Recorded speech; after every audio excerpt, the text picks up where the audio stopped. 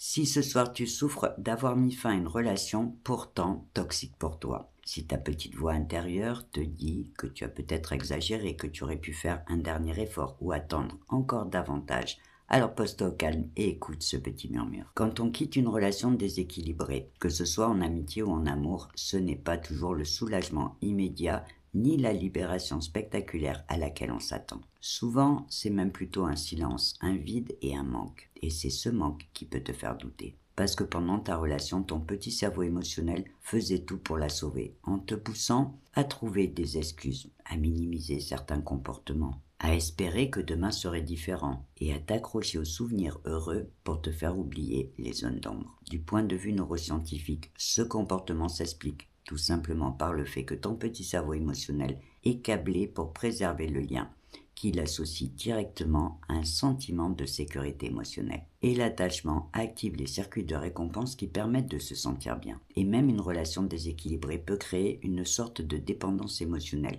qui, malgré l'alternance entre frustration et soulagement, stimule la dopamine, exactement comme un mécanisme d'addiction. Ce qui fait que quand tu décides de mettre fin à ce genre de relation, ton petit cerveau émotionnel ne crie pas bravo, mais manque. Mais tu sais quoi? Cette sensation de manque ne veut pas dire que tu as fait une erreur, mais simplement que ton système d'attachement a besoin d'un petit peu de temps pour s'ajuster à la nouvelle situation. Et si ce soir tu te sens perdu entre soulagement et regret, c'est parce qu'en essayant de sauver cette relation, tu t'es un petit peu éloigné de toi-même sans même t'en rendre compte, en acceptant plus que ce que tu aurais dû, en tolérant des choses qui te faisaient mal et en faisant passer l'équilibre après l'espoir que tout s'arrange. Et si aujourd'hui tu as l'impression de regretter cette relation, alors dis-toi que ce n'est pas cette personne que tu regrettes, mais juste l'habitude de sa présence et de la place que tu occupais dans cette histoire. Parce que ton petit cerveau émotionnel s'est attaché à ses repères, même s'il te faisait mal. Par contre, le soulagement que tu ressens, lui, ne te ment pas. Alors dis-toi que si tu as eu la force de quitter cette relation,